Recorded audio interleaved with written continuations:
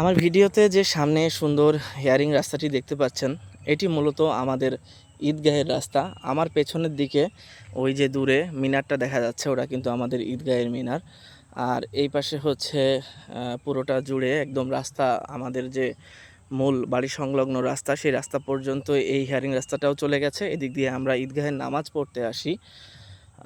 এই ঈদেও আমরা এসেছিলাম, নামাজ সংগ্রহ করে পড়েছি এখানে।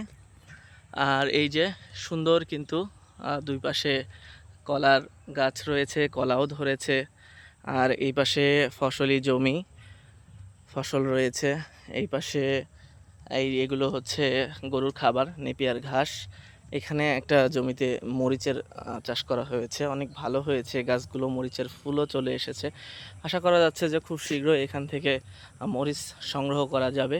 কিছুদিন পরই হয়তো বর্ষা নামবে, এবং সেই বর্ষা আসলে কিন্তু মরিচের দামটা কিন্তু আমরা জানি কি আকারে বেড়ে যায়। যখন আমরা মরিচ কিনতে গেলে দিশেহারা হয়ে পড়ি, 300-400 টাকা কেজি হয়ে যায় অনেক সময়।